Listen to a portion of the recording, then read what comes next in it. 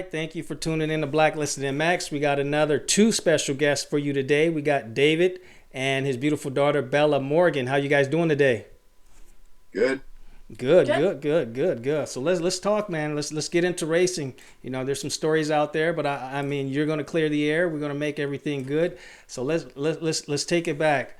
So I want to know why Bella, man? Why you get Bella into racing? As a young lady, as a girl, most fathers don't push their daughters towards motocross. Some do. You know, a lot do actually. But what was your reason behind going racing with Bella? My wife and I now have been married, not married, I apologize. She's had me sticking around for 27 years. Mm-hmm. About 14 or so years into our relationship, I asked for a daughter and I was fishing pro bass. My apologies. I asked for a child and I was fishing pro bass, and Shannon said, "Give me 1 second," and went in the house, come out with a roll of, I guess I didn't realize they were receipts at that time, but a roll of receipts, Mm-hmm. and with a sticky note on it, and it said $26,976 and so many cents. I think it was 33 to be exact. And I said to her, "What's that?" She said, "Davey."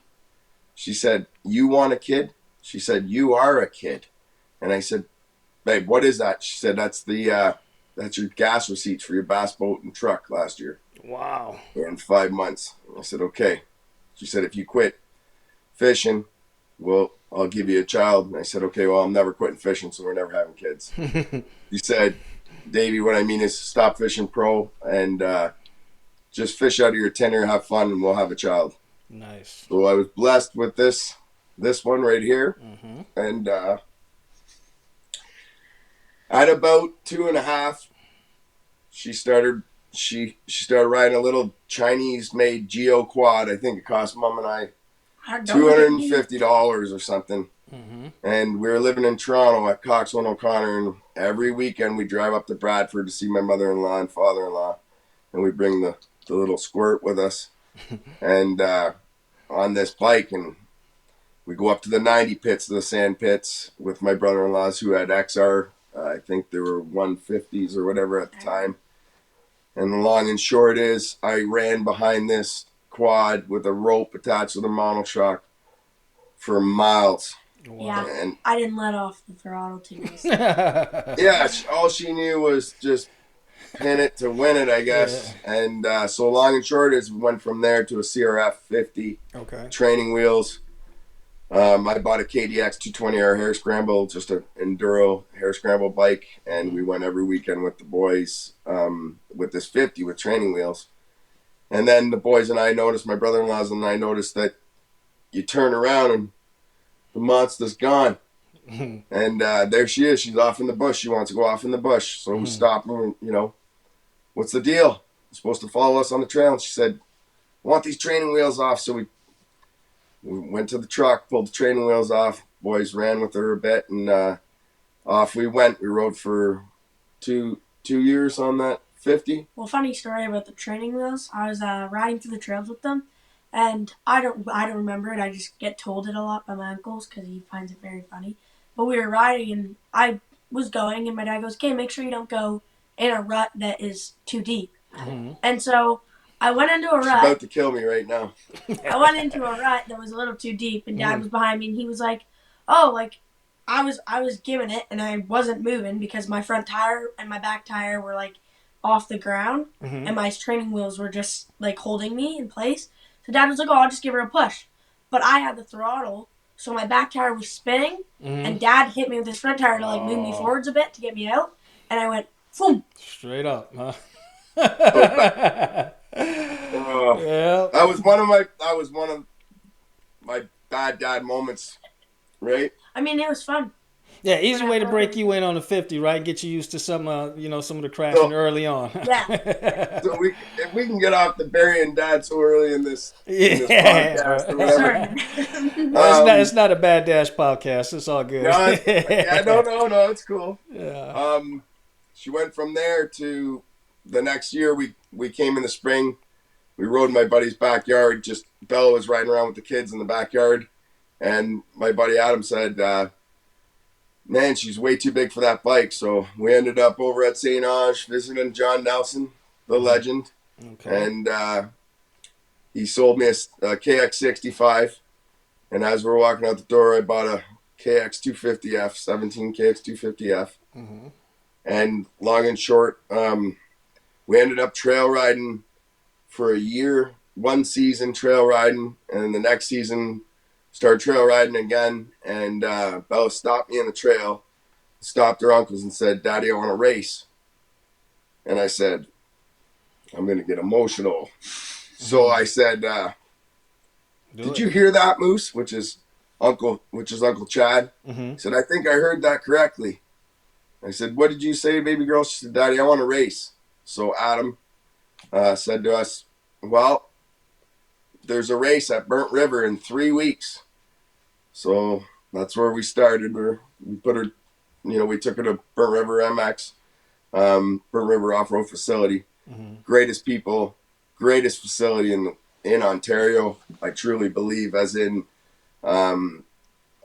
it's like family. Yeah. It's not like, Okay. oh, okay, I'm here to train you. You're gonna do this, and then you're gonna go. Like Brooke and Tyler and Kevin. Like, I was about 9 when I went there first, maybe, or 10. And the second I got there, Brooke was like, introduced herself, and ever since then, like, I was like attached to Brooke, and I would always want to go and hang out with Brooke. And Brooke was like the one that got me to like be able to ride, because when I showed up at first, I had no idea what I was doing. Okay. So then I went to a couple camps there, and I started to get it, and I started to understand, and then I don't know, like Brooke just brought my confidence up when it came to like riding and all that stuff, and she just always like spent time with me. And when I would like go to the overnight camps, she'd look out for me because I'd be the only girl in a bunk of like 9 guys. So she'd always be like, "Okay, everyone out. Bella's got to change." Nice. And then everyone would come back in after I'd get dressed, and I'd be like, "Okay, I'm gonna go ride." And she would always make sure she would like help me and make sure I was good, and I wouldn't be where I am today if I didn't meet Brooke. Okay, now you guys been in the game for a while now. You've been behind many starting gates. You got 2 bikes in the background. You're serious about racing, but Yeah. where do you guys want to go with racing? What's your idea, ultimatum, and your goal for yourself and as a father and daughter team?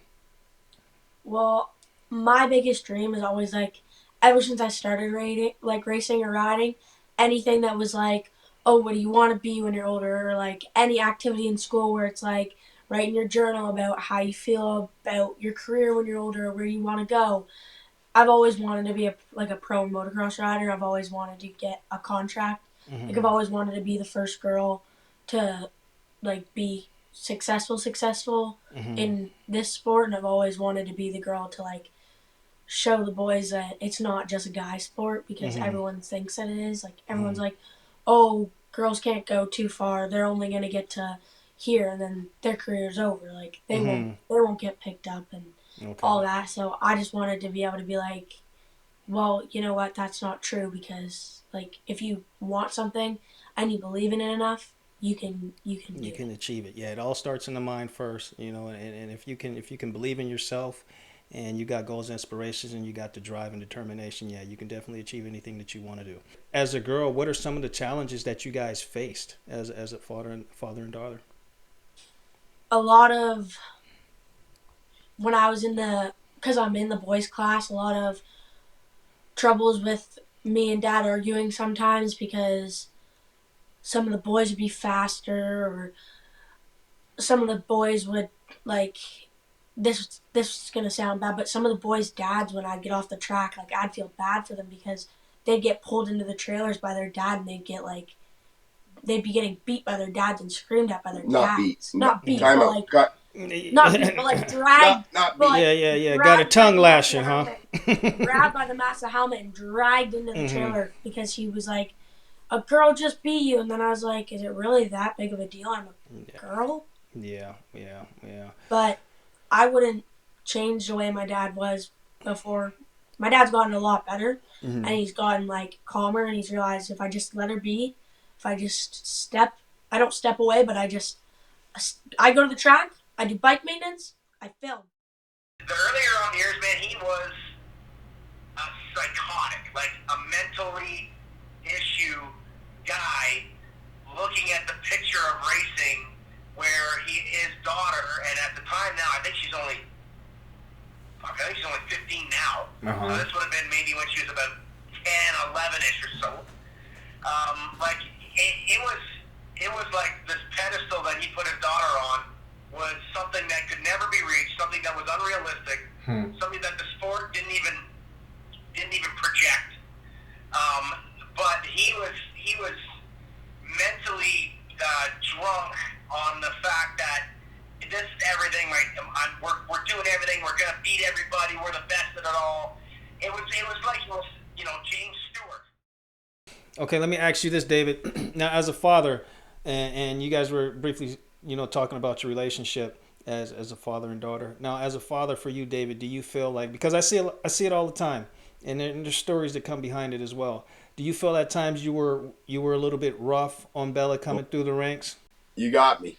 Okay, it All happens. Right, it happens. Here's to the whole industry out there. Let me tell you something. I was a complete. I don't know. Are you allowed to swear? You can say, man, it's a I was a podcast. complete Say whatever asshole. you want. I was a complete and utter. Get me something to wipe my tears. Quick. I don't care if you're out of the It's all right, man. Let it go. Let it go. You got to wipe nothing. You got a shirt. I was a complete and utter asshole to my little girl. My precious little girl. Yeah.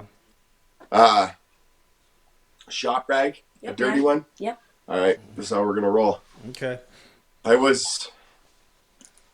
If I could take it back, would I change it? 100%. Okay. Let me get you to slide over a little bit, David. I'm sorry. Yeah. Where are we going on this device? Right there. Sorry. Right there. You're perfect. I'm sorry. I don't mean to cut you off. Let's go. 100% I would change it. Would I change how much I pushed her to excel? I wouldn't change that, but I would change my approach to my little girl. I would change my approach in the environment I was in.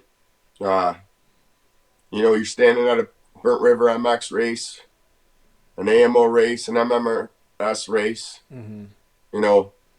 any of them. And if you ask anybody on that track, anybody that goes there, every weekend is racing. My name is Mud. Okay. And what I feel terrible about is I've drug her down with me, but there are no buts. The bottom line is what she's endured, or whatever the word may be, is I got to say hats off to her for being able to not quit, not tell me, you know what, I'm done. Yeah. Many a times, many a screaming matches between the two of us. Many a times my wife screaming at me for screaming at her. Is it worth it? No, it's not. Yeah. Yes, it is. No, I know it's worth it, B, but what I mean is it worth it to do that to your kid? No. But you know what happens? And I'm not making any excuses. Played a lot of hockey and lacrosse, team sports, where you could rely on, if you're tired one night and you're playing junior lacrosse, you're tired, and you tell the boys in the room, hey, boys, I'm tired. Your forward or your D's they're gonna pick it up for you or whatever.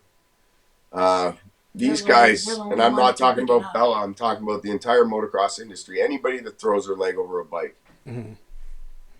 they're hats off to them, because it's them and them only out there. Once that gate drops, the bullshit it stops, right? And it's up to the rider. And here I am as a father to a 9-year-old little girl who's supposed to be my princess, and here she is getting screamed at because she didn't stand enough, or she didn't push enough, or why did she let that kid take her line, or why aren't you being aggressive enough? when really all I should have been doing was just pat her on the head and tell her how good she did, how proud of her I am. Yeah. Sorry, B. You're gonna make me cry. Oh, it's all right, man. You guys get it out. Get it out if you have to. This is what it's about, man. It's raw. It's real. And let me ask you, David, why do you think that you were this way towards Bella? I'm gonna blame it on Paul Clark, my lacrosse coach. Grow up. My lacrosse coach. Gotta blame it on so. You gotta. Grow up. All jokes aside, Damon, Yeah. I won 10 national championships for Toronto Beaches lacrosse, and played hockey in Norway and Czechoslovakia, and Nice. not pro hockey or anything, but I've been pretty competitive my whole life, and I'm not trying to put it off like I'm saying, but I'm gonna try to explain the way my brain was ticking, or the way I was thinking at the time. I've tasted victory. I've thrown the coach in the shower with the whole team and poured Gatorade all over him and done all that. And, that feeling,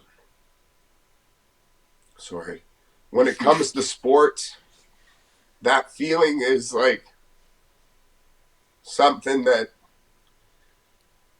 you'll never, holy crap, you'll never understand until you've had it fill your chest, Yeah.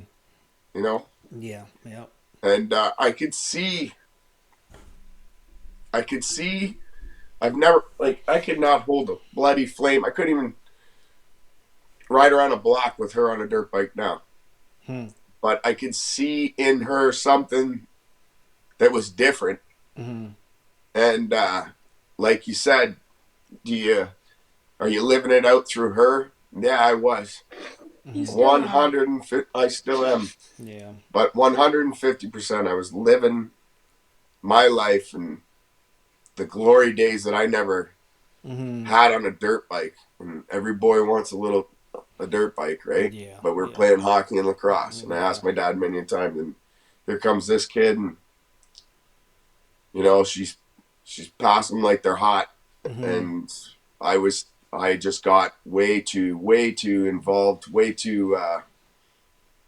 It enveloped my. Is that the right word? Enveloped my entire world. All I could think about was motocross, about Bella, what she's doing, what I need to get her, what training can I get her, what can I do to make her, Well, you as a father, you're gonna want the best for your kid, no matter what. That's any parent, you know what I mean. So sometimes you push a little bit harder than you think, but it's just out of love, at the same time. But you don't realize is that sometimes you're hurting the child, but you're still doing everything that you think is natural.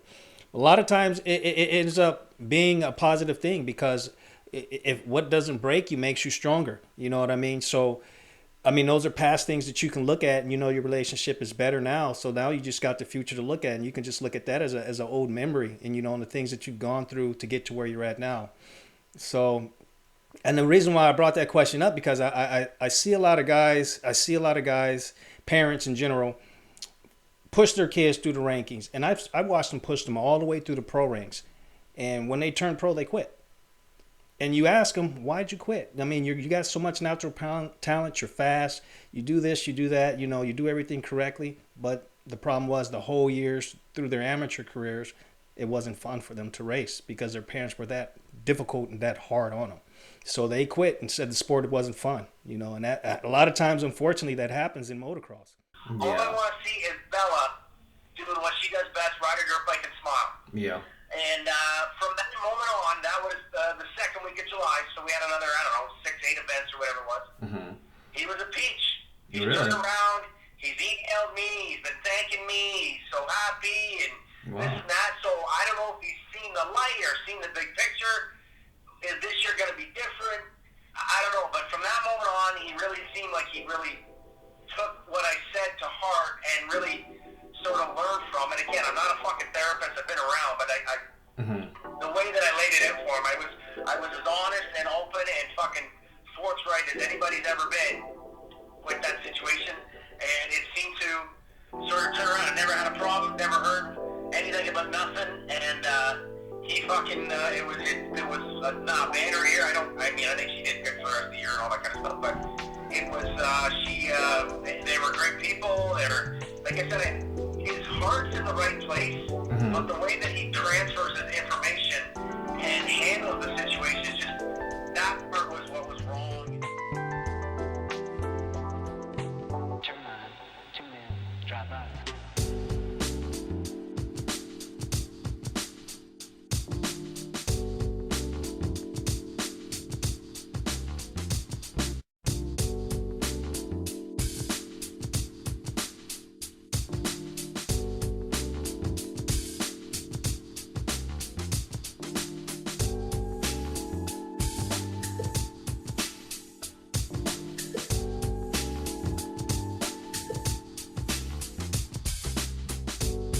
Going into the 2022 season, I would like to thank McKee Racing, OGS Optics, Shelburne Fuels, UA Local 46, 60 Helmets, Autotrim Berry, Frontal Web Filters, Ontario, Titan Engines, Laporte Designs, Henderson Powder Coating, Matrix Concepts Canada, Atlas Brace, D&D Moto, Rhino Power Canada, Pro Circuit, Team Green, Mad Hatter, and Havers MX Design.